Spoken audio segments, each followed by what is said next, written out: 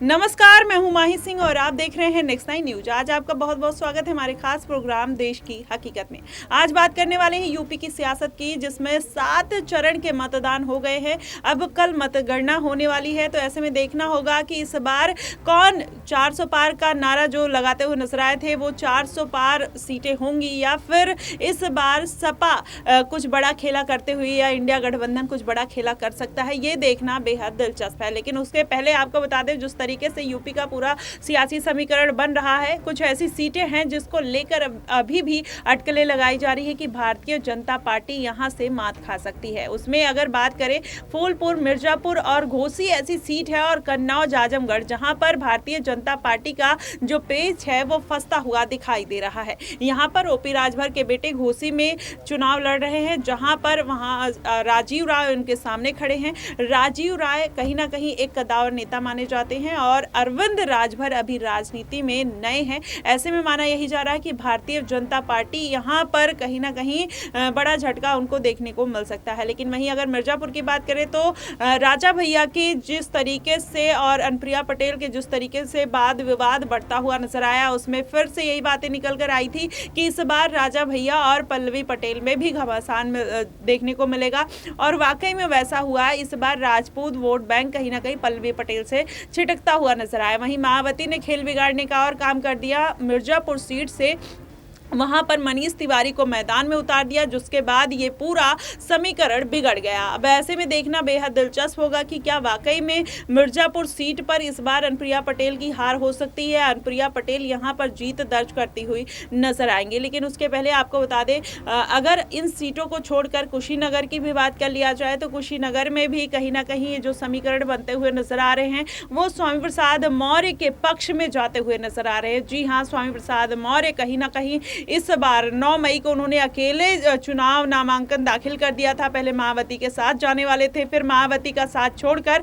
वो अकेले निर्दलीय फॉर्म भर देते हैं। उसके बाद स्वामी प्रसाद मौर्य लगातार जनता के बीच में जाते हैं और भारतीय जनता पार्टी और अखिलेश के ऊपर निशाना साधते हुए भी नजर आते हैं। लेकिन ये मामला दिलचस्प तब हो जाता है जब 2 जून को चुनाव होने वाले होते हैं, और 1 जून को, माफ करिएगा, 1 जून को चुनाव होने वाले होते हैं, और उसके बाद वहां पर आजाद उसके पहले वहां पर प्रचार करने पहुंचते हैं, जिसके बाद जनता का जनाधार जो है वो स्वामी प्रसाद मौर्य के साथ जुड़ता हुआ नजर आता है। अब ऐसे में क्या वाकई में कुशीनगर सीट पर स्वामी प्रसाद मौर्य इस बार कुछ बड़ा खेला कर पाएंगे, या फिर अगर वहां से वो जीत दर्ज कर लेते हैं तो क्या पल्लवी पटेल और आजाद और स्वामी प्रसाद मौर्य कुछ अलग से आने वाले विधानसभा में कुछ अलग रणनीति के साथ एक साथ उतरते हुए नजर आएंगे। पल्लवी पटेल भी कुशीनगर सीट पर पहुंची थी, जहां पर उन्होंने जमकर भारतीय जनता पार्टी और अखिलेश यादव के ऊपर निशाना साधा था, और उन्होंने भारतीय जनता पार्टी और पीएम मोदी तक को नहीं छोड़ा। उन्होंने बोला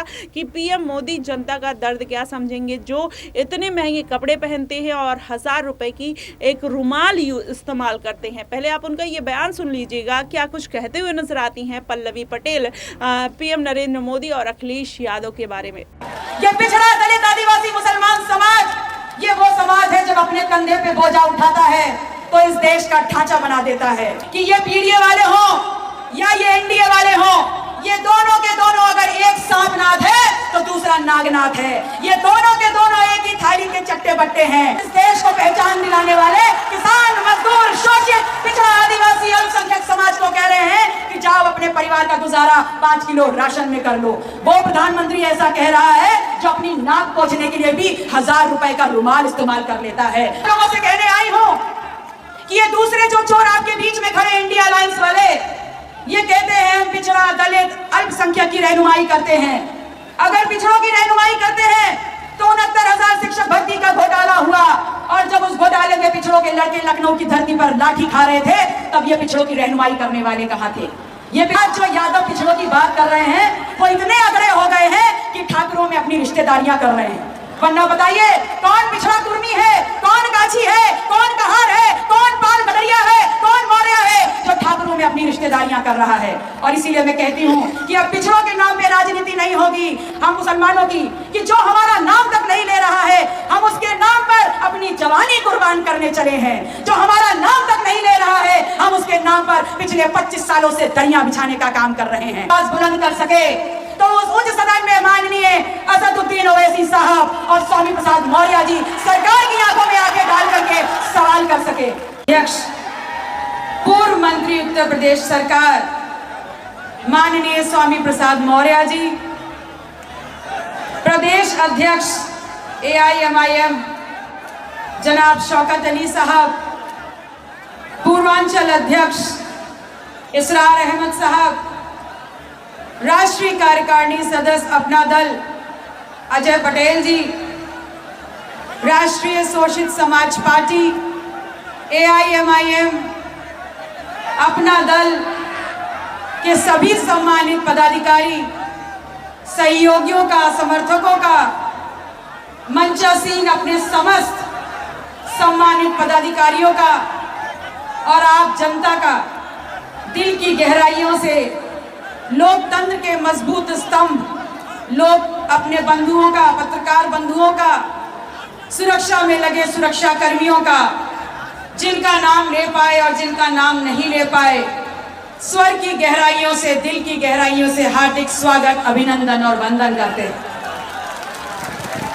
आज इस देश की जो वर्तमान परिस्थितियां हैं, पूरा गेम परसेप्शन का है और ये परसेप्शन ये फैलाया जा रहा है कि इस देश की लोकतांत्रिक व्यवस्था में जब ये लोकतंत्र का त्योहार चल रहा है तो लड़ाई आमने सामने की है, बड़े कट्टर और टाके की है और ये लड़ाई सीधे सीधे एनडीए बीजेपी के सामने इंडिया अलायंस पीडीए की है।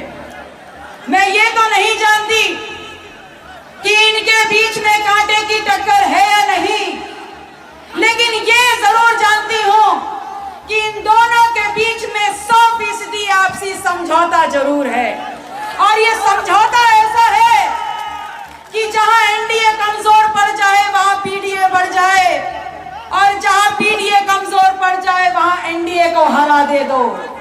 कहने का मतलब ये है कि सत्ता अगर इनके हाथ से निकले तो इनके हाथ में चली जाए और इनके हाथ से निकले तो इनके हाथ में चली जाए। किसी भी सूरत में इस देश की सत्ता इस आम आदमी, पिछड़ा, दलित, आदिवासी, मुसलमान के हाथ में ना आने पाए और यही सोच है पीडीएम की। मुझे बड़ी खुशी है कि आज माननीय स्वामी प्रसाद मौर्य जी के आह्वान पर मुझे ये मौका मिला कि मैं आप सम्मानित जन के बीच में पीडीएम से संबंधित बातें रखते हुए आपको पीडीएम से जोड़ने का काम कर पाऊं। ये पिछड़ा, दलित, अल्पसंख्यक, आदिवासी, मुसलमान समाज, ये वो समाज है इस देश का जब इस देश के खेत खलिहानों में उतर जाता है तो इतना अनाज पैदा कर देता है कि 135 करोड़ लोगों का पेट भर देता है। ये पिछड़ा, दलित, आदिवासी, मुसलमान समाज, ये वो समाज है जब अपने कंधे पे बोझा उठाता है तो इस देश का ढांचा बना देता है। ये पिछड़ा, दलित, आदिवासी, मुसलमान समाज वो समाज है जब दिन भर काम करके अपने खून को पसीने में बदलता है तब इस देश का खजाना भर के इसको दोबारा सोने की चिड़िया बनाने का काम कर देता है। लेकिन यही पीडीएम समाज इस 75 साल की आजादी वाले देश में जब अपनी हक, अपनी हिस्सेदारी, अपना सामान, शिक्षा, सदन, रोजगार, कमाई, पढ़ाई, लिखाई में मांगता है तब ये सरकारें कहती हैं कि अभी आप लाइन में हैं, थोड़ा इंतजार कर लो। तो मैं आपसे कहती हूँ कि लाइन में तो हम पिछले 75 सालों से हैं और पिछले 75 सालों से अपने संविधान की ताकत को इस्तेमाल करके हर वो शख्स को हमने सरकार बनाने का काम किया है जिस पे हमने विश्वास किया था कि हमारी हिस्सेदारी वो हमको दे देगा। लेकिन अफसोस जो भी आया वो हमको वोट बैंक समझ करके हमारी संवैधानिक ताकत को लूट करके चला गया और हमको दोबारा लाइनों में खड़ा करने का काम कर दिया। मैं आपसे कहती हूँ कि ये पीडीए वाले हों या ये एनडीए वाले हों, ये दोनों के दोनों अगर एक सांपनाथ है तो दूसरा नागनाथ है। ये दोनों के दोनों एक ही थाली के चट्टे बट्टे हैं। इन दोनों को पिछड़ा, दलित, आदिवासी, मुसलमान का 100% वोट चाहिए, लेकिन हिस्सेदारी के नाम पर ये हमको ठेंगा दिखाने का काम कर देते हैं। मैं आप लोगों से कहने आई हूं कि ये एनडीए वाले 2014 में बड़ा तड़प रहे थे बिन पाली मछली की तरह अपनी सरकार बनाने के लिए, और तब कहा था कि देश को बहुत आगे तक ले जाएंगे, विकसित कर देंगे, हर घर में दुगनी कमाई होगी और हर साल 2 करोड़ नौजवानों को रोजगार देंगे, 15-15 लाख बोनस में दे देंगे, अच्छी दवाई और अच्छी पढ़ाई दे देंगे। और देख लीजिए, घर घर मोदी, हर हर मोदी के नाम की खुजली हाथों पे ऐसी उभर गई कि जाके एक एक आदमी ने 5-5 वोट दे करके प्रचंड बहुमत की सरकार बना दी। तो आप लोगों से सवाल पूछती हूँ, आपके घर में 15-15 लाख तो आ गए होंगे, आपके घरों में नौकरियां तो आ गई होंगी। अरे आपके घर में नौकरी आई हो ना आई हो, 15 लाख आए हो ना आए हो। तो सुना हमने किस तरीके से पीएम मोदी को कहीं ना कहीं कोसते हुए नजर आती हैं। वहीं चंद्रशेखर आजाद भी आते हैं और वो कहते हैं कि इस बार कुशीनगर में स्वामी प्रसाद मौर्य ही चुनाव जीतेंगे। चंद्रशेखर आजाद का भी वो बयान सुना देते हैं कि किस तरीके से वो स्वामी प्रसाद मौर्य की जीत दर्ज कराते हुए नजर आते हैं। देखिएगा ये वीडियो, क्या कुछ कहते हुए नजर आ रहे हैं चंद्रशेखर आजाद। विचारधारा के लोग सरकार बना सकते हैं, बिल्कुल समर्थन करेंगे। किन मुद्दों पर समर्थन? अब मैंने यही कहा ना, बहुत मुद्दे हैं, लेकिन ये फैसले पार्टी के हैं।